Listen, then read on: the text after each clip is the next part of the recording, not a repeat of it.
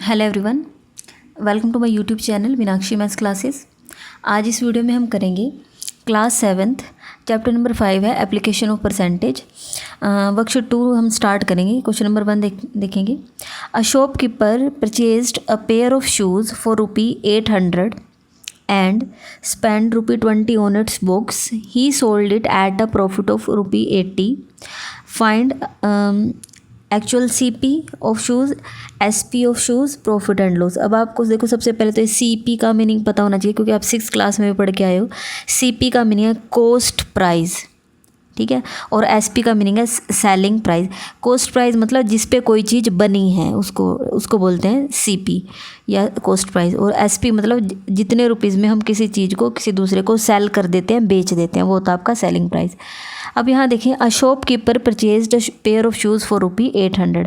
जो शॉपकीपर हैं उन्होंने, देखो अब ऐसा तो है नहीं है कि जो शॉपकीपर है वो खुद शूज़ बनाते हैं और फिर आगे किसी को सेल करते हैं। शॉपकीपर भी क्या करते हैं, वो कहीं पीछे से वो पहले खुद परचेज़ करेंगे शूज़ और फिर आगे किसको दे देंगे, कस्टमर को, ठीक है। बस वो कहीं से लेके आते हैं और किसको दे देते हैं, कस्टमर को। अब जो शॉपकीपर है उन्होंने खुद परचेज़ किए हैं शूज़ कितने रुपीज़ में, 800 में, ठीक है। And spend ₹20 on it's books. उन्होंने क्या किया, शूज़ देखो वो परचेज़ करके ले आए, लेकिन जब आप मतलब किसी कस्टमर को दोगे तो वो बॉक्स में डाल के दोगे, ठीक है। आप शॉप पे जाते हो तो वो बॉक्स में से निकाल के ही आपको दिखाते हैं। तो जो उसने ₹20 वो स्पेंड किए किसके ऊपर, बॉक्स के ऊपर। अब आप यहाँ देखो, मैं आपको बताना चाहती हूँ, आपकी ही बुक में पेज नंबर 95 है, बुक में से ही दिखा देती हूँ। ये पेज नंबर 95 है आपका, ठीक है। यहाँ पर देखो, ये आपका इम्पोर्टेंट चीज़ है और आपको इसको पता होना चाहिए क्या लिखा हुआ है। The additional amount spend on transportation, rent, labour charges, repairing etcetera are known as overhead expenses. Overhead expenses are included in cost price. देखो, हम जितने में कोई चीज़ परचेज़ करके लाते हैं उसको तो बोलते हैं कॉस्ट प्राइस, लेकिन उसके अलावा जैसे अभी हमारा क्वेश्चन है उसमें उसने क्या किया, एक बॉक्स परचेज़ किया है शूज़ के लिए। तो उसने क्या किया है कि ये जो अलग से हम जो जितने में हम शूज़ परचेज़ करके लाए वो भी हमने जब खुद पहले शॉपकीपर ने पहले खुद परचेज़ किए हैं तो मतलब उसने पैसे खर्च किए हैं, और जो बॉक्स लेके आया उस पर भी पैसे खर्च हुए हैं। जो एक्स्ट्रा आपके रुपीज़ खर्च होते हैं उनको क्या बोलते हैं, ओवरहेड एक्सपेंसेस, ठीक है। और ये किसमें इसमें इसने थोड़े इसके एग्जांपल दिए हैं। ट्रांसपोर्टेशन मतलब कहीं से कोई सामान आया तो ट्रांसपोर्ट के चार्जेस लगेंगे।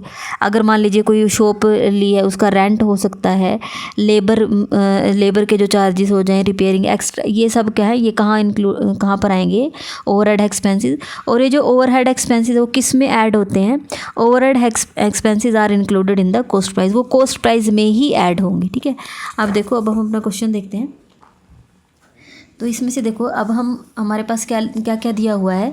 इन्होंने बोला है shopkeeper purchased a pair of shoes for ₹800। तो मैं यहाँ लिखती हूँ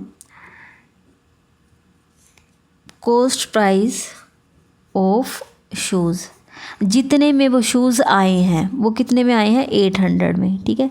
लेकिन हमने इसके ऊपर स्पेंड किया 20 इसके बॉक्स के ऊपर, तो ये 20 इसके ऊपर एक्स्ट्रा खर्च हुए हैं। अगर कोई एक्स्ट्रा खर्च होता तो हम उसको क्या बोलते हैं, ओवरहेड एक्सपेंसेस, ठीक है। तो हम यहाँ लिखेंगे ओवरहेड एक्सपेंसेस, ओवरहेड एक्सपेंसेस, ठीक है। ये कितने हैं, ₹20, ठीक है। 20 का बॉक्स है ना। अब मुझे बताना है एक्चुअल CP ऑफ शूज़, तो मैं यहाँ लिखूँगी एक्चुअल CP, ठीक है। एक्चुअल CP क्या होता है, जितने में हमने पहले स्टार्टिंग में कोई चीज़ ली थी वो, और उसके ऊपर एक्स्ट्रा जो चार्ज हो गया है जैसे ओवरहेड एक्सपेंसेस है, इन दोनों को क्या कर देंगे, ऐड। तो हम यहाँ लिखेंगे 800 + 20, तो ये कितना आ जाएगा, 820, ठीक है। तो ये इसका एक्चुअल CP हो गया। क्लियर है। क्योंकि देखो, जब आप मान लीजिए कि आप दुकानदार हो, जब आप शूज़ लेके आए तो भी आपसे कुछ खर्च हुआ, जब आपने बॉक्स कहीं से तो लिया होगा ना उसे शूज़ डालने के लिए, तो वो भी खर्च हुआ। ये तो दुकानदार के ही पैसे खर्च हो रहे हैं, तो ये खर्च हो रहे हैं ना, जिनको इकट्ठा करके उसने बता दिया कि कितने लगे हैं, 820। नेक्स्ट है SP ऑफ शूज़, ठीक है। आपको बताना है सेलिंग प्राइस ऑफ शूज़। यहाँ पर बोला गया ही sold it at a profit of ₹80। अब हम यहाँ सेकेंड पार्ट कर रहे हैं। इन्होंने यहाँ पर बोला है कि वो जो शॉपकीपर है उसने उसको सोल्ड कर दिया है, sold it at a profit of ₹80। तो हमें यहाँ दिया हुआ है प्रॉफिट कितना है, प्रॉफिट दिया हुआ है ₹80, ठीक है। 80 रुपये का प्रॉफिट हुआ है। अब हमें बताना है सेलिंग प्राइस ऑफ शूज़, तो यहाँ लिखेंगे सेलिंग प्राइस ऑफ शूज़, ठीक है। ये देखो, ये वाला जो आपका चैप्टर है ये आपकी अंडरस्टैंडिंग के ऊपर डिपेंड करेगा कि आप क्वेश्चन की लैंग्वेज को कितना ज़्यादा अच्छे से समझ पाते हैं। दुकानदार ने लिया तो है, जो शूज़ लिया और उसके ऊपर बॉक्स है, वो टोटल खर्च तो कितने का हो गया, 820 का। अब क्योंकि उसने प्रॉफिट पे बेचा है, आगे प्रॉफिट पे सेल किया है, तो आप बताओ, अगर हम किसी को अगर आप खुद प्रॉफिट कमाना चाहते हो तो आप किसी चीज़ को उसका मतलब एक्स्ट्रा में बेचोगे, मतलब उसका प्राइस बढ़ा के बेचोगे। बढ़ाने का मतलब क्या होता है, ऐड करना, ठीक है। तो एक्चुअल सीपी में आप क्या ऐड करोगे, प्रॉफिट। तो आप यहाँ लिखोगे एक्चुअल सीपी प्लस उसमें हम क्या ऐड कर देंगे, प्रॉफिट, ठीक है। तो एक्चुअल सीपी हमारा कितना आया था, 820, और प्रॉफिट कितने का हुआ है, 80 का। तो 820 में 80 ऐड कर देंगे तो ये कितना हो जाएगा, 900 रुपये का सिंबल ज़रूर लगाना है, कितना आ जाएगा, रुपये 900। नेक्स्ट है प्रॉफिट और लॉस परसेंट। अब आपको बताना है कि प्रॉफिट हुआ है या लॉस परसेंट। अब यहाँ तो देखो वो पूछ रहा है प्रॉफिट और लॉस परसेंट। इस क्वेश्चन में तो आपको पहले से ही निकाल के दिया हुआ है कि यहाँ पर क्या होगा, प्रॉफिट ही होगा, है ना। ये तो पहले ही बता रखा उन्होंने कि प्रॉफिट उसको 80 का हुआ है। अब हमें बताना है यहाँ पर प्रॉफिट परसेंटेज निकालनी है। प्रॉफिट परसेंटेज, देखो मैं आपको यहाँ बता रही हूँ एक चीज़, चाहे आपको प्रॉफिट परसेंट निकालना हो चाहे आपको लॉस परसेंट निकालना हो। देखो मैं ये दोनों फॉर्मूले आपको राइट करके बताऊंगी। अगर आपको प्रॉफिट परसेंटेज निकालनी है, ठीक है, या फिर आपको लॉस परसेंटेज निकालनी है, ठीक है। देखो ये इस वाले चैप्टर में सारा जो कुछ है वो डिपेंड करता है कि आपको फॉर्मूले याद है या नहीं। अगर आपको फॉर्मूले याद है तो आपके क्वेश्चन बहुत ईजिली हो जाएंगे। प्रॉफिट परसेंटेज निकालनी हो या लॉस परसेंटेज, देखो यहाँ प्रॉफिट परसेंटेज लिखा तो आप यहाँ लिखोगे प्रॉफिट, ठीक है। यहाँ लॉस परसेंटेज लिखी है तो आप यहाँ लिखोगे लॉस, ठीक है। इतना तो समझ आएगा।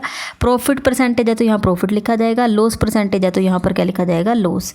दोनों के ही अपोन में क्या आएगा, सीपी, और मल्टीप्लाई में कितना आ जाएगा, 100, ठीक है। ये आपका किसका फॉर्मूला हो जाएगा, प्रॉफिट परसेंटेज और लॉस परसेंटेज का।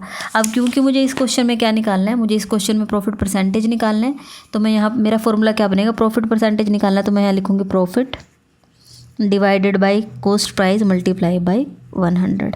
तो यहाँ देखो आपका कॉस्ट प्राइस कितना है, यहाँ पर नहीं सॉरी प्रॉफिट कितना है, प्रॉफिट है आपका 80 डिवाइडेड बाय कॉस्ट प्राइस। अब आप देखो कॉस्ट प्राइस कौन सा लोगे, एक्चुअल सीपी लेना है यहाँ पे, ठीक है।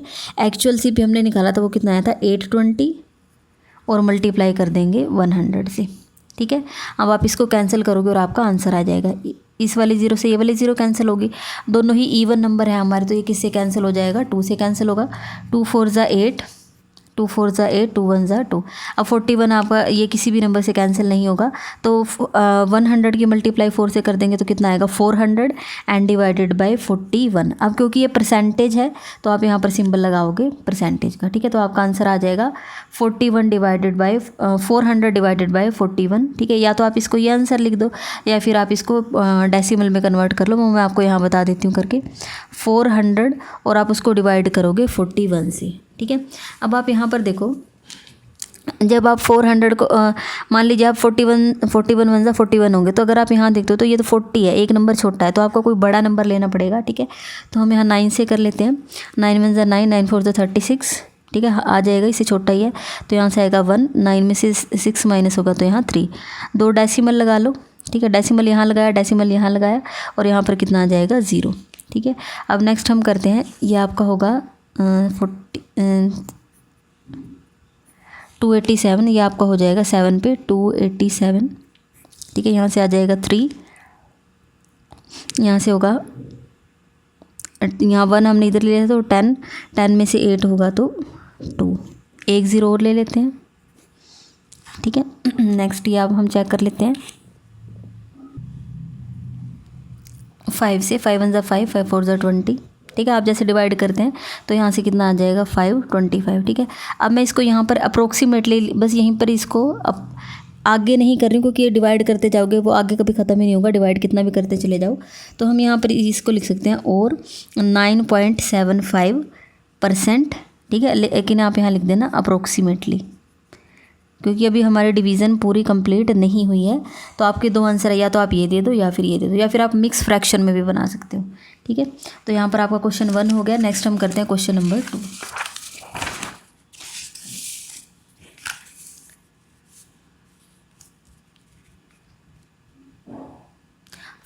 400 mangoes were purchased at rupee 125 per 100 and sold at a loss of rupee 100. Find the selling price of 1 dozen mangoes. ध्यान से पहले स्टेटमेंट को समझो. टोटल मैंगोज़ कितने हैं 400. ठीक है, टोटल मैंगोज़ कितने हैं 400. 400 मैंगोज़ वर परचेज्ड एट रुपी 125 पर 100. ठीक है, इसको पहले आप इसका मीनिंग समझो. 125 पर 100 का मीनिंग क्या है. 125 पर 100 का मीनिंग है पर 100 मतलब 100 मैंगोज़. 100 मैंगोज़ कितने के आए हैं 125 के. तो मैं यहाँ लिखती हूँ कोस्ट प्राइस. परचेज़ करने को क्या बोलते हैं coast price. Coast price of 100 mangoes. ठीक है, 100 मैंगोज़ कितने के आए हैं 125 के, रुपी 125 की. ठीक है, अब क्योंकि मैंने तो टोटल कितने लिए हैं 400 मैंगोज़ लिए हैं, तो मुझे तो कितने का निकालना पड़ेगा 400 मैंगोज़ का निकालना पड़ेगा. ठीक है, देखो इसके दो मेथड हैं. या तो आप सीधा ही कर दो. देखो 100 मैंगो आते हैं 125 के, तो 400 कितने के आएंगे. इस 400 का 100 तो आ रहे इतने के, तो 400 के लिए इसको कितने से मल्टीप्लाई करना पड़ेगा 4 से. या तो ये मेथड है, या फिर आपने यूनिटरी मेथड सीखा था, उसमें हम क्या करते थे. यूनिटरी मेथड में हम ये निकालते थे कोस्ट प्राइस ऑफ 1 मैंगो. उसके लिए हम क्या करते थे 100 मैंगो तो आए 125 के, एक मैंगो तो कम का आएगा ना. देखो आप 100 मैंगो तो कितने ज़्यादा होंगे, वो तो आए 125 के, और एक मैंगो लेके आओगे तो वो तो एक मैंगो तो कितने का आएगा कम का आएगा, और वो कितने का आएगा 125 डिवाइडेड बाय 100. अब यहाँ से देखो कोस्ट प्राइस ऑफ, क्योंकि हमारे टोटल 400 मैंगोज़ हैं, तो 400 मैंगोज़ 125 डिवाइडेड बाय, यही जो चीज़ है इसको हम कितने से मल्टीप्लाई कर देंगे 400 से. 20 से 20 कैंसिल, 125 को 4 से मल्टीप्लाई करेंगे तो आ जाएगा 500. ठीक है, 500. आप सबसे पहले आपको ये समझ आना चाहिए कि ये कैसे आया. 100 मैंगोज़ तो आते हैं 125. देखो आप इसको थोड़ा सीधा सा ऐसे भी कर सकते हो. 100 मैंगो तो लेके आए हो 125 के, तो 400 मैंगोज़ इसका कितना है 4 टाइम्स है. देखो 100 का को जो 4 से मल्टीप्लाई कर देते हो तभी तो 400 आता है ना. आप डायरेक्ट इसको 4 से भी मल्टीप्लाई कर लो तो भी आपका कितना आ जाएगा 500 आ जाएगा. ठीक है, आप डायरेक्ट ऐसे भी कर सकते हो. तो मुझे पता चल गया कि CP कितना है 500.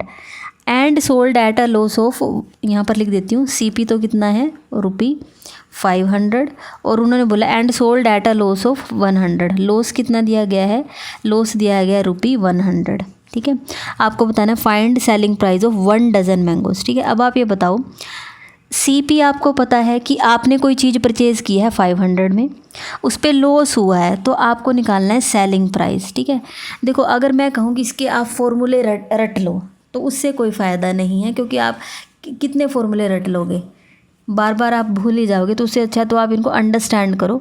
आप अपने आप को मान के चलो कि आपने मैंगोज़ लिए हैं. आप मैंगोज़ कितने के लेके आए हो 500 के. ठीक है, आप एक शॉपकीपर हो.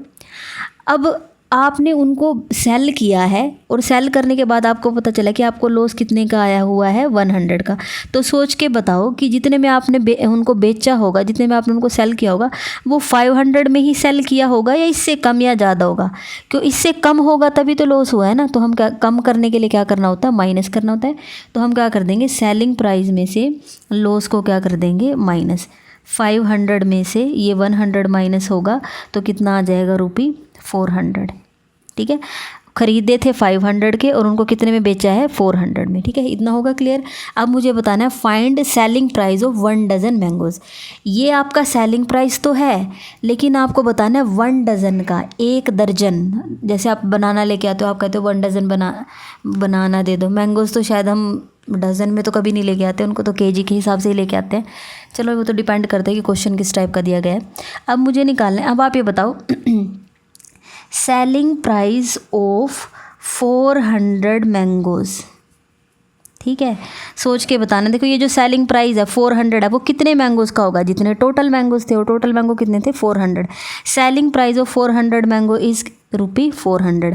400 मैंगो 400 के आते हैं. ठीक है, थोड़ा सा देखो कितना अच्छा, कितना सिंपल, बिल्कुल बच्चों वाला क्वेश्चन दिया हुआ है.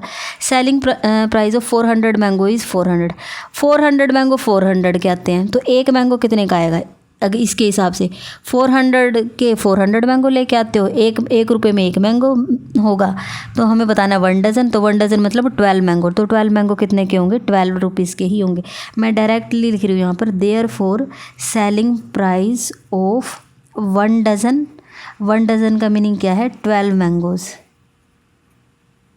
इज़ ₹12। ठीक है, क्लियर हो गया होगा, क्योंकि 400 के 400 है, या फिर लिख दो यहाँ पर therefore selling price of 1 mango is ₹1। अब तो क्लियर हो गया होगा। 400 के 400 आते हैं, मतलब जो उन्होंने सेल किए हैं 400 मैंगो, उसने 400 में सेल किए हैं, तो एक मैंगो कितने में बिका होगा, 1 रुपये में ही बिका होगा। तो मुझे तो 1 डज़न का बताना, 1 डज़न मतलब 12 मैंगो, तो 12 मैंगो भी कितने के बिके होंगे, 12 के ही बिके होंगे, तो आपका आंसर आ जाएगा ₹12। तो यहाँ पर मैंने आपको क्वेश्चन नंबर 1 और 2 करवाया है। नेक्स्ट जो 3 क्वेश्चन है वो मैं आपको नेक्स्ट वीडियो में कराऊंगी। अगर आपको वीडियो अच्छी लगी है तो आप वीडियो को लाइक करें, मेरे चैनल को सब्सक्राइब करें और अपने फ्रेंड्स के साथ शेयर ज़रूर करें। Thank you so much.